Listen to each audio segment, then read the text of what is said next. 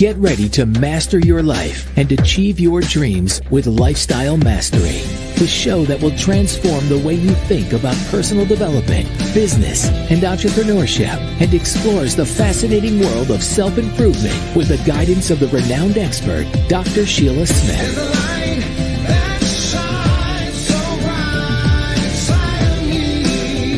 From mastering your mindset to building a successful business, Dr. Smith and her guests will inspire, educate, and empower you to live your best life.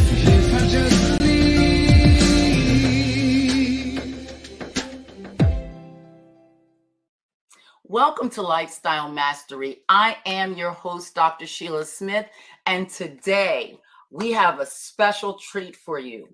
We have Denise Williams, and let me put these glasses on because you know how this goes. Denise Williams is an international real estate broker. She is the CEO of Williams and Company International. We got to get the international because that thing is serious. International Realty. Which is a full service agency. She also has 2 degrees. One's in finance and the other one is in international business. Why am I telling you all of that? I'm telling you that so that when she speaks, you'll know that she knows what she's talking about. She also is a mother, and she is doing her thing in Dubai. I can't wait for you to hear this beautiful woman speak, and we're going to bring her to the stage because I don't even want you to have to wait not one more second. Welcome, Denise Williams. Hello. Thank you so much for having me here today. I'm super excited. I am so excited to have you because I am someone that scrolls the social media spaces. And when I see someone that's really doing great things, I want to bring to this platform. And because of your story, because of the fortitude that you had in your life to get to where you are, it just inspired me. So that let me know multitudes will be inspired. So let me start by asking you, who is Denise the broker? Yes, thank you so much. So as you mentioned, my name is Denise Williams. Just to give you a little bit of background of who I am, just individually, I was born and raised in Hinesville, Georgia, so a very small town. I am a country girl and a true Georgia peach, okay? And so graduated family, I'm one of 6.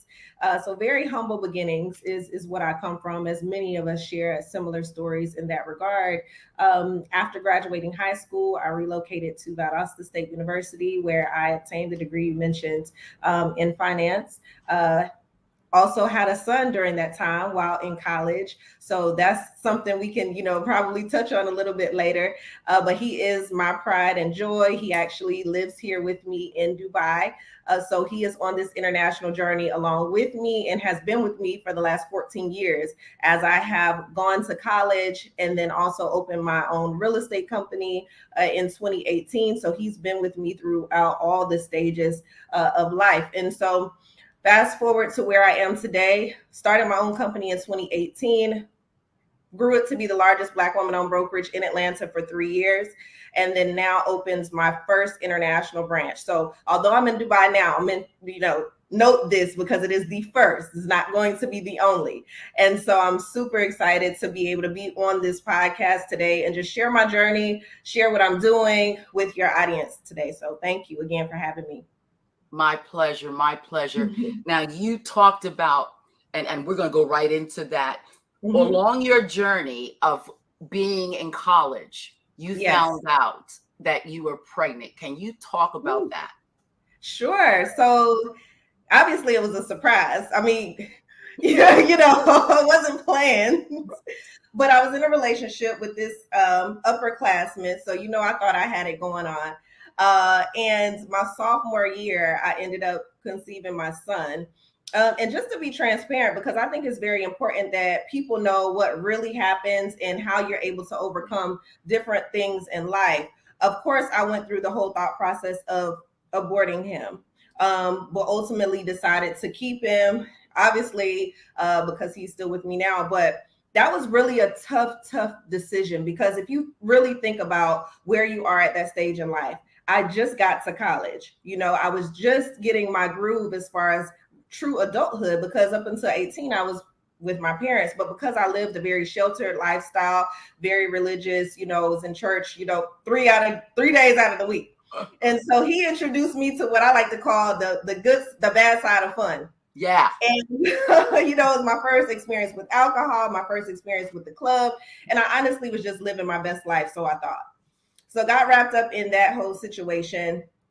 Definitely am happy that I moved forward with it, but it taught me a lot. It gave me insight. I never give Destin credit for me being ambitious, because I honestly believe that's a gift from God. But I think that he gave me a sense of responsibility. He gave me a sense of focus. So while a lot of my friends were able to go out and do different things, I had to make sure that I was doing my studies, because now I have someone that's looking at me, and every decision that I make now impacts someone else. So when I think about my journey and how blessed I am to have had that happen back then, to fast forward to where I am now, it was truly a blessing, because although his father isn't consistent or active in Destin's life, had I been with a man who was going to be active and consistent, I probably wouldn't be in Dubai right now, because he wouldn't have signed the documents to let him come, because it's like, you're not taking my son overseas. That's right. So there's always a silver lining in every decision. And so even think about if I had him last year, if he's 14, so I'm able to move around with someone that's older. If he was an infant, I probably wouldn't be in Dubai, because I would have been nervous to take a young child overseas with me. So everything in life happens as it should. No matter if it's good, bad, or ugly, there is always light at the end of the tunnel. Ooh. Mm-hmm. If we were on Clubhouse, I would have said, clip that part right there. That is so good. You just shown that it can be done, and you moved forward with the baby, because to be transparent with you, I had the same thought, because I was a teenage parent. I had 3 by the time I was 18. Wow. And so I said to myself, I can't go on with what I wanted to do, but I decided to do it. No, not saying that, oh, well, you're a bad person if you did do it. No, we're not saying that. We're just saying our choices were to take it and go forward with it. So what made you, and I know I read a little bit of your story about you worked in a particular place that you were a part-time broker. What made you have the passion for wanting to go into that industry? So getting into real estate, when I graduated from Valdosta State University, I thought that having a finance degree was going to be a golden ticket. It's a specialized degree. I pledged in a sorority. I had a great GPA. So for me, I'm like, I have the resume that should get me to that next level, like many of us do. And when that didn't happen, and when I ended up getting the job I got out of college, which was Title Max, it was a terrible experience. It wasn't just so much about, oh, I'm working in corporate America and this is a 9 to 5. I genuinely felt ashamed of what I was doing, because it's predatory lending. And so what I was doing to my culture and community, because they have those in specific neighborhoods for a specific clientele. And so I was like, what, I cannot stay in this industry. And so when I did more research online and realized that every billionaire and every millionaire, they all have their hand in real estate. They may not necessarily be real estate agents, but they own development companies. They have property management companies. They own or invest in REITs. And so there's a lot of different avenues that you can go into real estate to build wealth.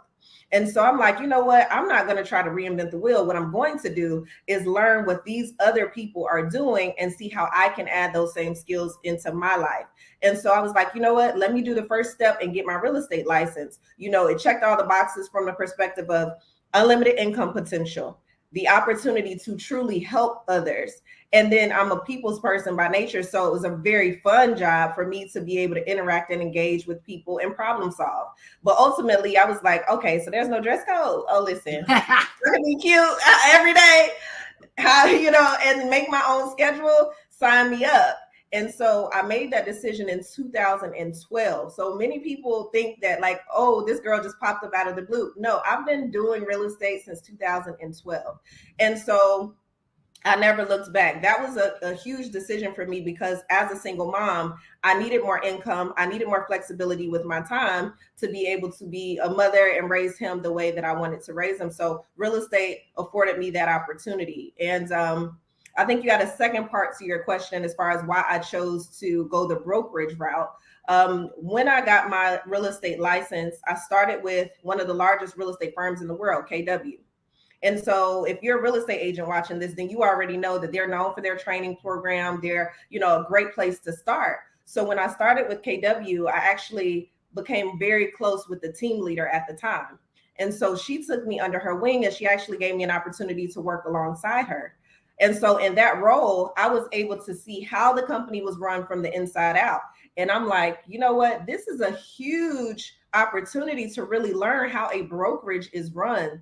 And so I took that in and I started to note how she was moving, how she was recruiting, how she was developing preferred partner relationships. But ultimately, when I started to see the checks that were coming in the door, I realized that Keller Williams was on every single check that came through the door, even though the agent's name was different. And so I was thinking to myself, if I truly want wealth, I have to have leverage. You can't have wealth without leverage. And so I said, you know what? I'm on the wrong side of this real estate thing. I need to own the building. And so I decided at that time, I said, you know what? I'm going to get my real estate brokerage license because I want to leverage other agents to generate income while I'm raising my son or while I'm on the beach or while I'm vacationing with my future husband. You know what I'm saying? Because we manifested that too. And, it was for me just a strategic decision because even at that time, there weren't examples per se of like who is running independently owned real estate firms because even KW is a franchise. So to branch out and do it independently was a bold move for sure. My mouth, this is so good. So are you still in the Atlanta area, even though you're in Dubai? Yes. So I still have a team in Atlanta. And I also operate here in Dubai. So I'm in the US quite a bit. I was just in Atlanta 2 weeks ago. So I go there on an as needed basis. I'll train my team virtually for the most part. And then a lot of my business is automated. So prior to relocating to Dubai, and this is something I want people to really pay attention to because a lot of times people want to be entrepreneurs because they want the prestige of it all. They want the clout. They want the recognition. But it's very, very hard to be a leader. And I didn't make this decision to relocate to Dubai or open a company in Dubai off of emotion. I didn't wake up and say, oh, I just want to move. I get DMs like that all the time. Oh, I'm just tired of where I am. Oh, I don't like what I'm doing. I just want to move. But there is no strategic plan behind that. If you make any decision based off of emotions, you're sure to land somewhere you don't plan to land. So when I came to Dubai, I visited Dubai 3 times before making a decision to start a company. Why did I do that? Because I wanted to do research and development. I wanted to make sure I knew and understood the market that I was pursuing. I wanted to make sure that I felt good about the lifestyle it was going to provide for me and the safety that it was going to provide for my son. So anytime you're making a decision in business, regardless of if you're thinking about growing domestically or internationally, make sure you have a checklist of due diligence items that you go through before making a decision. And then you allow emotions to be the icing on top. And that's how I made this decision to do that. So it took me a year to actually make that transition. And then I also had to spend time with my local team to train them to be without me. I had to train them to see me on Zoom. So they didn't know I was going to be transitioning, but I started to make our training classes virtual. I started to do more things, pulling myself out of the business and hiring and replacing myself on the back end because I knew what was to come. So make sure that you're putting things in place to automate. There's 2 things that I won't do going forward as an entrepreneur. I will not start a business that I can no longer automate because I move around way too much. And I won't start a business that will make me less than $1 million. So it has to check those boxes because in order for me to put my time, energy, and effort into it, it has to make sense at this particular stage in life. That is so good. That is so powerful. So when you were in Atlanta and you had visited Dubai 3 times, when you went to Dubai the first time, did you feel that this is a place that you could possibly live in, or was it just on a vacation type of thing? So the initial trip for me coming out to Dubai, I actually was booked to speak in South Africa at a conference, a social media conference. So if you're not leveraging social media and like really putting money into your marketing and investing, you are doing yourself a disservice. So I got that opportunity because someone noticed my social media and they wanted me to come and talk at a conference internationally. So that was my first time speaking in another country. And so flew from Africa. I was invited over to Dubai by a friend of mine. Shout out to Paige. She worked with the Stephen Marjorie Harvey Foundation, and I worked with them as well in the past. She said, "Hey, we're doing our first golf tournament and gala here. You should fly over and like be a part of it." And I'm like, say less, Steve Harvey, I'm there. You know, they need me again, I'm there. And so I flew from Africa to Dubai. I came here with the intention to just have a good time with celebrities. I mean, I met Chris Tucker, I met Malik Yoba, Anthony Anderson. We had an amazing time. But what I noticed about my trip was not just about enjoying Dubai. I noticed that there were cranes everywhere. I noticed that there was development going on every street. And that obviously caught my attention because I've been in real estate so long. So I'm like, wait a minute. You mean to tell me that Dubai is doing it like this? They're developing and growing like this. So when I started to do my research online, having conversations with people, I realized that it is one of the top emerging markets in the world for real estate.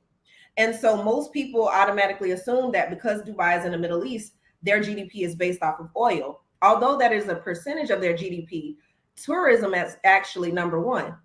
And most people don't realize that. So Dubai is the most popular destination to visit. I mean, who doesn't have Dubai on their bucket list, right? Everyone wants to visit Dubai. You have a very small percentage of people who say, not me, but if you want to come to Dubai, right? You know, and so for me, it just made sense because it was two things that were happening. One, there's a tremendous amount of opportunity in the development space for real estate. The other thing is I was looking for American realtors. Could not find them. And so I said, wait a minute, hold on now. You mean to tell me this is in the top 4 luxury markets in the world, and there are no real Americans that have a strong presence or brands in Dubai? I said, oh, say less. God, you open this door for me, because if I'm seeing this opportunity and I don't take advantage of it, then someone else will see the opportunity and do it. And so I was like, you know what? Let me not get emotional. So I'm not just I'm practicing what I preach. Let me come back again. Let me see how I feel, because I don't want to just get excited. I don't want to just think that this is, because it is a true commitment. It's literally night and day. Okay. So it's 9 hours difference from Eastern Standard Time. And so I'm like, okay, can I commit to working 2 time zones? So I flew back over again. I still felt energetic about the place. I still was interested. I was still like, yes, this is something I can do. And then the third time I flew my mother out. And I wanted her opinion. I'm like, Mom, I'm serious about this. I think this is something that I can do. There's a need for it. There is a voice. Someone needs to be the liaison between the US and the UAE in the real estate sector and let them know about these tremendous opportunities to invest. She came over. She saw the vision. She loved Dubai. She was like, do it. Obviously, she didn't want her grandson that far away, but I'm just like, Mom, I can give him an international experience, something he could only dream of something you would have loved to have given me. But I mean, our parents weren't having conversations about international business. This is still a fairly new concept. It's something that we put into the position of the ultra wealthy, like only they can be in Monaco, or only they can have offshore bank accounts, or only they can get currency in different currencies. Well, I'm here to tell you that that is something that you can obtain as well. I want you guys to know that you can earn currency in different currencies. I don't care if you're a multimillionaire in dollars. If the dollar falls, you're back to square one.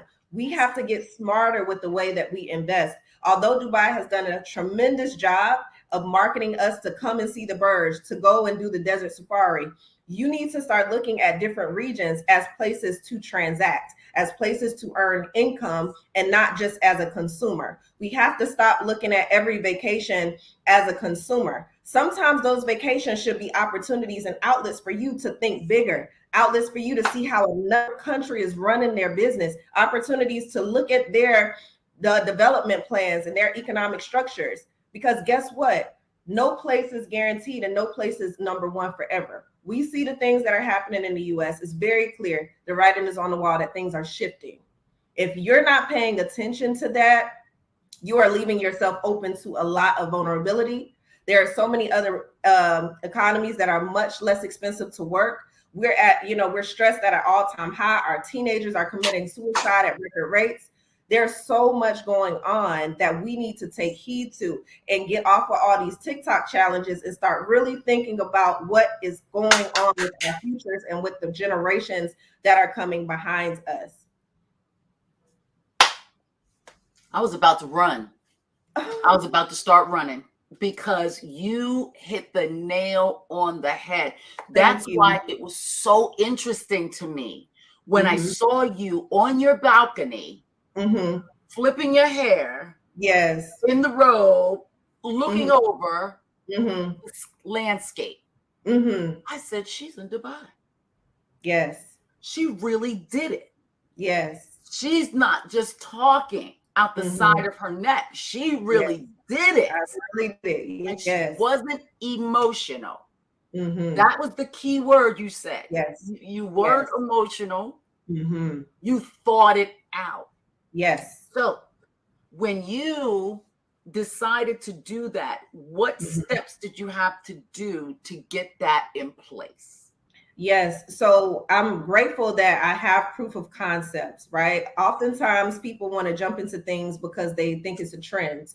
But because I've been doing it so long, it was just an opportunity for me to display my talents in a new market.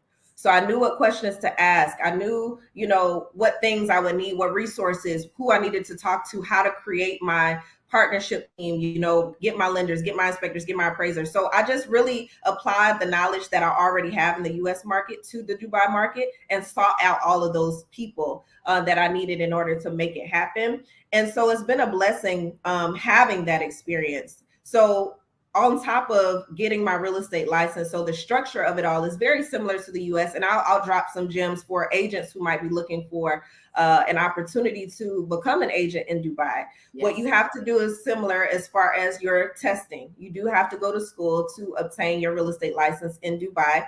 You have to do a background check as well. And then they're also going to want you to establish residency. So this is the biggest caveat that's different between getting reciprocity in the US. So oftentimes you can get a state-to-state license by just simply filling out an application and paying a fee. Well, in Dubai, you have to actually establish residency. And what that means is you have to provide proof of address. So in order to have proof of address, guess what? You have to invest in Dubai by getting a home. Whether you're leasing it or whether you're purchasing a home, you have to have a home here in order to obtain an Emirates ID and then also a broker card. So once you obtain your broker card, that is when you can actually transact to do business. Outside of that, you can obviously reach out to me. We can do a referral agreement and you can get paid on commissions without being an agent here, but it would be on a referral basis. So those are kind of the two options that you have as far as getting a real estate license in Dubai. Okay. So what would you say? Can you give a little background about what the prices are like there? Because people can't even fathom that. When I saw that it was attainable, I didn't think that was the case. So can you speak to that? Sure. So my recommendation when people ask me this question, and this is just to make it simple for people to really understand, I don't think that you should make an international decision with anything less than 100 to 150,000. You want to have that amount saved and put away because you have to consider your housing. You have to consider all of the costs associated with obtaining your licensing. You also have to account for the time period it's going to take to rev up your business. So you're still going to need to eat every day. You're still going to need transportation. So are you going to buy a car? Or are you going to use a taxi every day? Those things are going to add up, and then obviously marketing. You have to invest in your marketing, your brand, your attire, all of those things. So I would say that is a good and comfortable starting point to still get a property that you can lease until you're ready to buy. If you're looking to buy, kind of a threshold for that amount would be around 400,000 to 500,000 is going to be a good starting point to be in Dubai and to be into one of the great areas. Not that every area isn't good, because it's the number 3 safest place to live. So even if you're on the outskirts, you're still okay. It's just a distance situation at that particular point. But the beautiful thing about distance is that isn't even necessarily a hurdle, because I have a driver, and being able to have a driver here is not that costly. So you can have a lot of different services that cater to you, which I love because I don't do my own laundry. I don't clean my own house. Listen, I'm like, y'all are creating this diva, okay? So it does afford you those opportunities as well to, live a different lifestyle and, level up in that way. So what about the person, the everyday person Mm-hmm. that says to themselves, oh my goodness, this sounds amazing. I didn't know Dubai was, affordable. And Mm-hmm. what will you get as a regular person going over to Dubai? What kind of like money does it cost to do that for the person, that everyday person?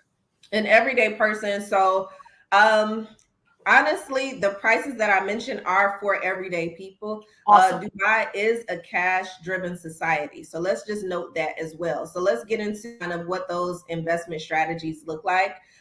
So there are 3 different ways to invest in Dubai.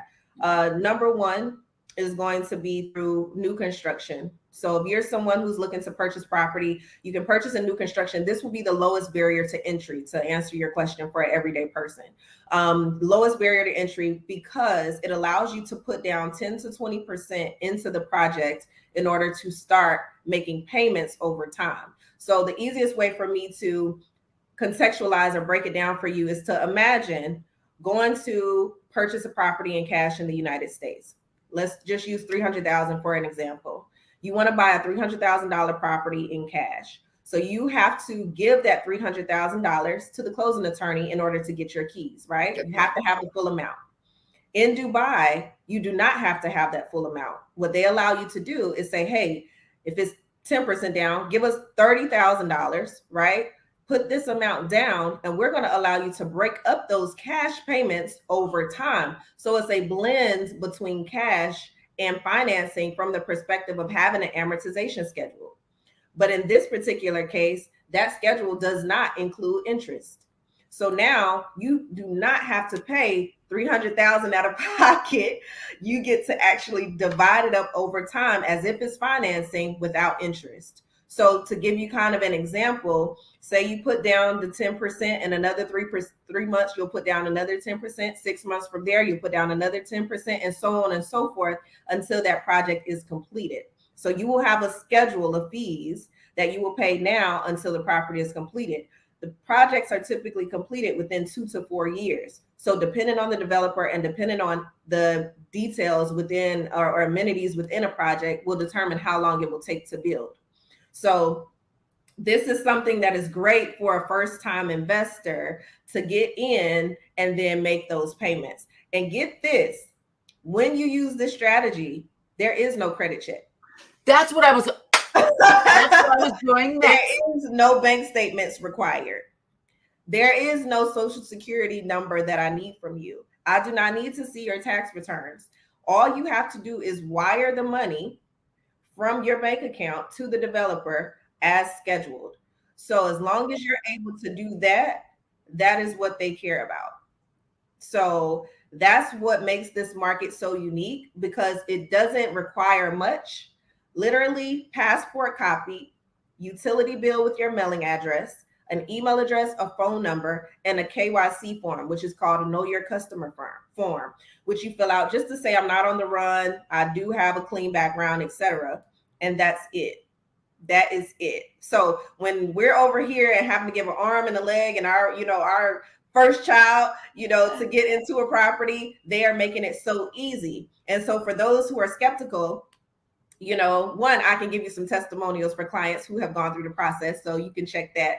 But 2, I want you to know the reason why it is such a barrier to entry is so low.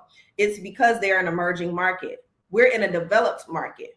So the US, they are more debt focused. Dubai is more cash focused. So they don't really want you to invest more than you can actually afford. But what they're doing is allowing you to do it, because think about it. It doesn't look good for their economy if they have a bunch of foreclosures, if they have a bunch of people that are getting evicted and things like that. So they set it up in a way that everyone wins. They're thinking smart. They've been able to sit back and evaluate these developed countries and be able to pull out the things that they like and don't like. That's what happens when you're number 2 and number 3. So me as the pioneer, I'm the first Black woman to open an independent firm in Dubai. But guess what? The second one will be able to learn from me, and the third one will be able to perfect from me. You know, so that's just how it goes. That's the natural flow of how things work. So the UAE is only 51 years old. They'll be 52 on December 2nd. Wow. So think about that. In the last 51 years, they've been able to come together and still make the top 10 GDP list in 51 years. Let that sink in. So I'm in a market that of the world, top 10, they're number 10. So to do that for me as a researcher and someone who likes to read and do different research, I was just blown away by all the stats and information that I found about this market. I'm like, oh, count me in. Y'all not gonna leave me behind. You're not going to leave me behind. So they're trying to make their barrier to entry low to obtain the eyes of the foreign investors, because once you experience it, they know and understand you're going to love it. You're going to continue to spend money. You're going to continue to buy properties. So they're not trying to make all their money on the front end. They don't need your debt. Their banks don't need your interest. Trust me, they got it. So that is the best way for you to get into the Dubai market. And then I'll mention briefly the other two, just so that people know, because I wanted to make sure I share those. The second option is, it is basically the same as option A. We'll call them A, B, and C. So think about option A. However, think about it from the perspective of going back to me saying that it takes 2 to 4 years to develop a new construction project here.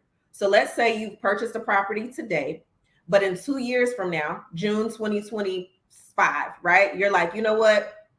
I don't want to pay on this project anymore. I would much rather use the cash for something else. Guess what? You have the option as an investor to not pay the property in full. Instead, you can actually resell your floor plan, the paper that you've been paying on for the past 2 years while they're developing this project. You can list your floor plan on the market for sale. So I coined this strategy, flip your floor plan. So now you can flip your floor plan, whereas we do fix and flips, we have a tangible asset. You're flipping the paper. So now think about this. You bought the property pre-construction 2 years ago. So now obviously 2 years have gone by, more units have been sold, prices have gone up. Now you get to resell your floor plan to a new buyer. Now they're a second buyer. So of course you're going to sell it for more than what you initially invested. So being the first, obviously, is going to always get you the lowest cost. The second is a little more, the third is a little more, and so on and so forth. So if you get in early on these development projects, you really can't lose, whether you decide to flip the floor plan or whether you decide to pay it until completion. If you pay it until completion, obviously now you have a tangible asset in your international portfolio.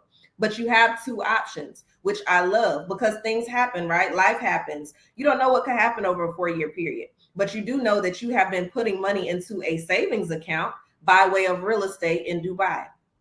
So you're going to spend the money anyway, right? Right. But why not spend it into a real estate project? Because the time is going to come anyway. The time is going to be spent anyway. And so I really, really love the way that they have this set up for us. And then the third strategy is obviously purchasing property that is currently existing. So this is going to be a strategy for someone who is more experienced in real estate investing. So I wouldn't necessarily recommend this for a first-time investor because it does require more paperwork and it does require more down payment. So the minimum down payment for a resale property is 50%. So you have to have 50% of the property purchase price in order to buy something currently existing. So going back to our $300,000 example, you have to have at least $150,000 out of your own pocket to come to the table with. That other 50% can come by way of a local bank loan. So you cannot use your bank in the US. It will be a bank in Dubai that you have to still get pre-approved for. So that in this particular case is where credit will come into play. Although even with the credit score, it's still secondary to how much money you actually have in your bank account. So they would prefer someone who is cash heavy with bad credit all day. Because again, They are cash focused. They're cash driven. So that's why you might be thinking like, "Ooh, 50% down. I'm in the US. I'm used to getting, I want to use my VA, or I want to get down payment assistance." Well, in Dubai, they don't want you to be in debt. So they're saying you need to buy what you can afford. So imagine getting a mortgage on only 50% of the balance versus a mortgage on 100% like they do in the US. Why the US do this? Because they want interest from the banks. They want you to be tied into a property for 30 years. You're paying off these projects in like less than 10 years, spreading the property out. Like you can own properties free and clear between 5 and 10 years. So imagine how many we could actually own if we had this structure in the US. Oh my goodness. And it's truly free and clear. Let me tell you this, there are no annual property taxes. So when I say it is truly free and clear, that allows you to keep the property. And let me dispel this myth. You do not have to own a property for 99 years. You own it into infinity. That rule has been changed. As a foreign investor, we can own the land in Dubai. So please note that. Because I get a lot of comments where they're like, "Oh, you can only own it temporarily." No, that rule has been changed. You can now own the property. You can put the property into a trust, et cetera, et cetera. You can keep your property in your family. And now, if you leave it to your grandchildren or great grandchildren, you don't have to worry about them not paying their property taxes every year and selling their property for $10,000 after you spent your whole life trying to leave something to them ungrateful grandkids. Right. And so I love that they are protected from themselves in this particular strategy. Because I heard that 99 years. So I'm glad you dispelled that. Yes. No taxes. No property taxes. No annual property taxes. What they do in lieu of the property taxes is you pay a one-time fee of 4% up front. So that'll be 4% of whatever property, whether it's new construction or resale. And that's essentially prepaid property taxes, but you don't pay the government anything else. So you pay that one time and you're done. People lose their houses for $500 back taxes here.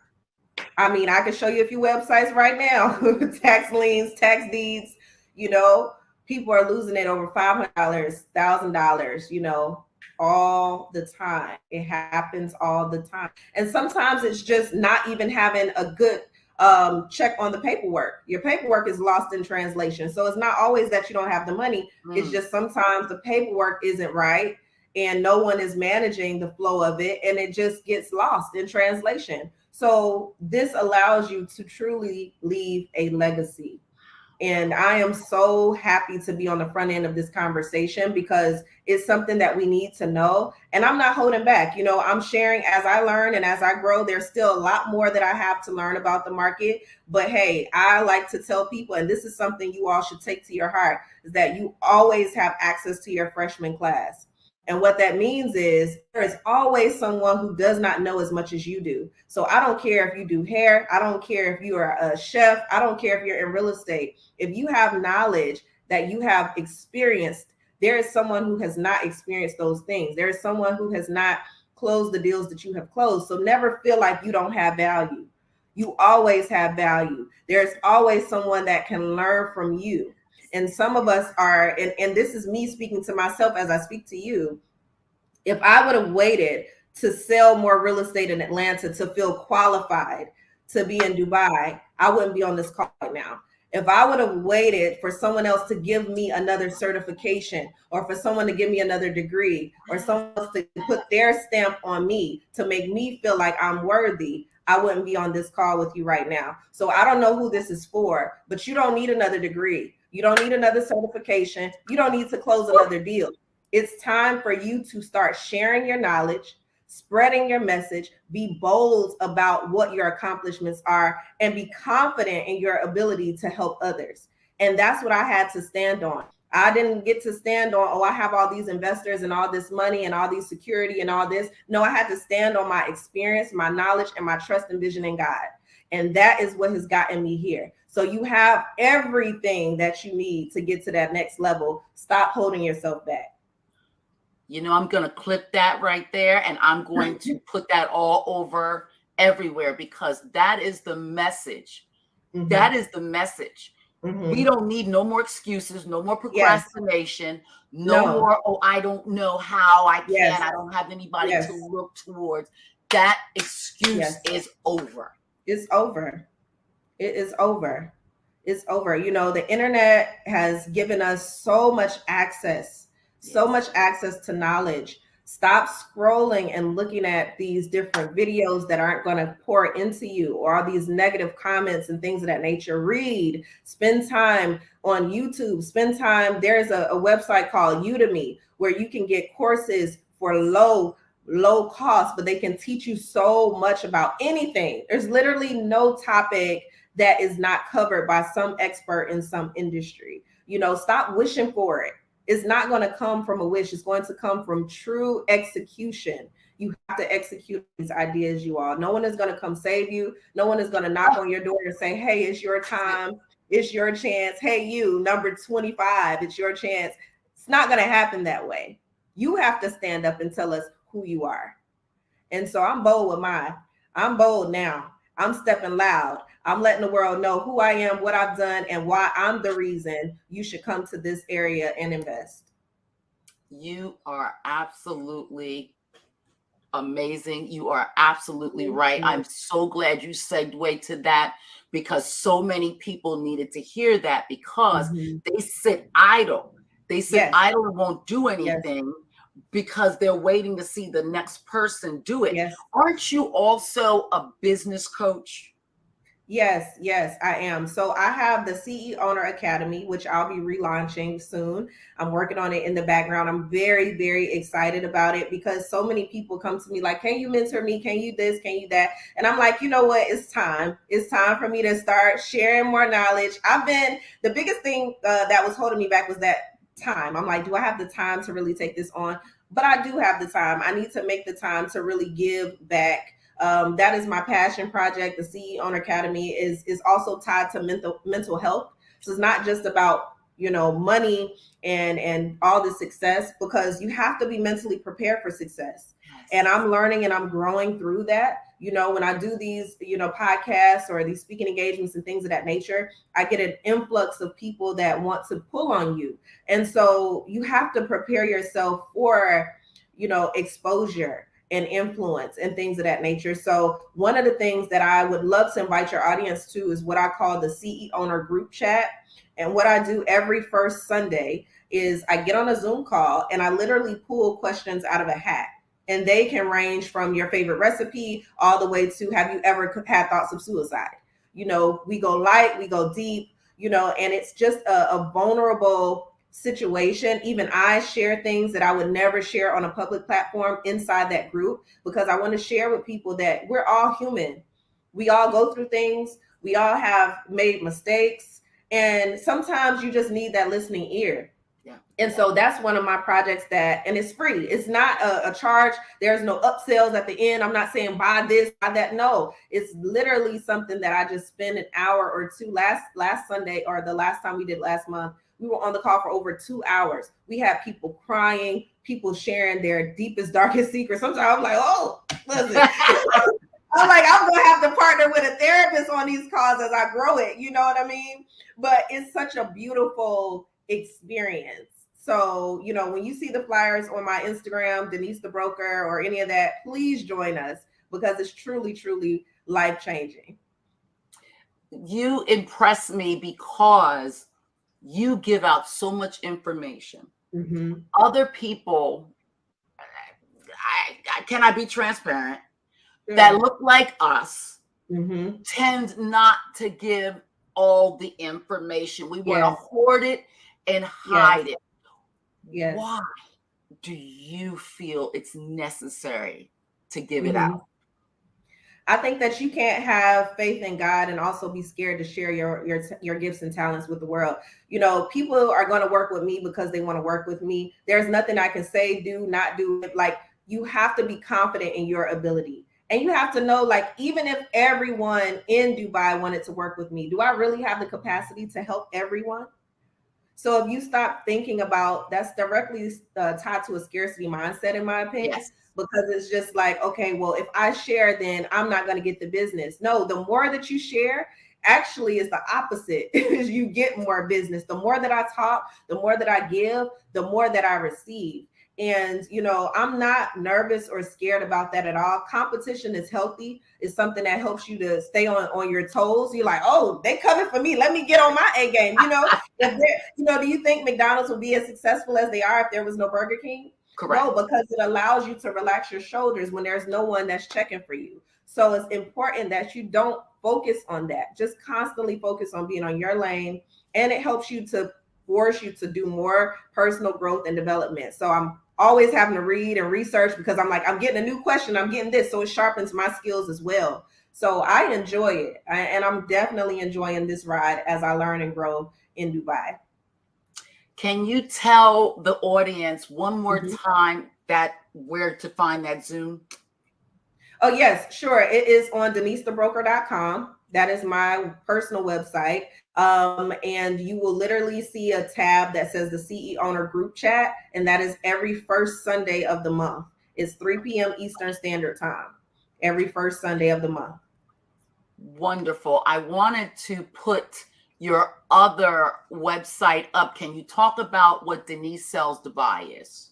Yes. So Denise Sells Dubai is my latest website to share information, but more detailed information about similar things that I just talked about as far as investing in Dubai. So it's the 5 steps to investing in Dubai. So I want to show people in an ebook, specifically for an ebook. And then there's also a live webinar that you can purchase to learn how to obtain your first investment property in Dubai. So it's a step-by-step guide on what that looks like, how to do it. So it directly ties into my ability to share.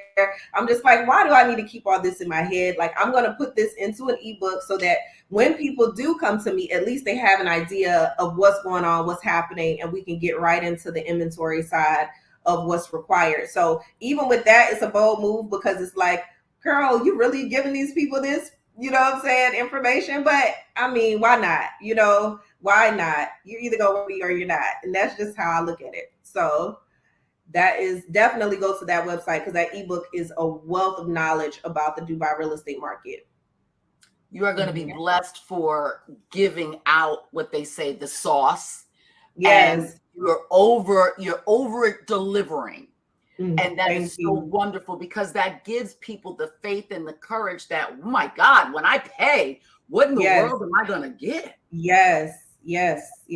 Absolutely. If she's giving all of this away, what else is there? My goodness. Right. No, for sure. That's the strategy, and I'm going to continue to grow and develop it. I'm also hosting an event in November, which is called Invest Dubai 2023. This event is something that I hosted in March and it went really well. The whole premise of the event is for investors to physically come to Dubai and learn about the Dubai real estate market. So we're going to have a welcome dinner the first night. The next day, we're going to do a seminar where we break down different projects for you to invest in. And then I'm taking you out on a true property tour. So they're going to get to see, touch, and feel the real estate, decide if they want to invest or not, but just ultimately have a really great time. I mean, and then we'll have obviously entertainment sprinkled throughout, but it's a very, very great tour of the city as well as the real estate market here. So I encourage you, if you're interested in that, you can go to investdubai2023.com to join us for that event. Now, registrations for that are limited. Like I'm about to close registrations for that. So please act fast with that. And that's not me just selling you anything. I'm being serious because I need to be focused on my group, make sure that I have all of their gifts lined up. All of the information needs to be, top tier. And so, I'm very excited about the event coming in November. And that's the 29th of November through December 3rd. It has been an absolute honor having you on, Lady Denise. I look forward to if you have any other functions that are coming up. I would love to have you on again to talk about those things. You are truly valuable. Thank you so much for having me. And thank you to everyone who watched, especially to the ends. I appreciate you. Follow me on all platforms at Denise the Broker. That's YouTube, that's Instagram, LinkedIn, all of those things, Facebook, Denise the Broker. So I'm looking forward to connecting with you all. Thank you again. And until next week, we will see you then. This is Dr. Sheila Smith. Have a great day. Thank you. Bye. Thanks for joining us on Lifestyle Mastery with Dr. Sheila Smith. We hope that the insights, tips, and tools shared in this episode have inspired and empowered you to take control of your personal and professional life. Remember, personal development and entrepreneurship are a journey, and we're here to support you every step of the way. Keep applying the strategies and techniques you've learned, and never stop striving for your dreams.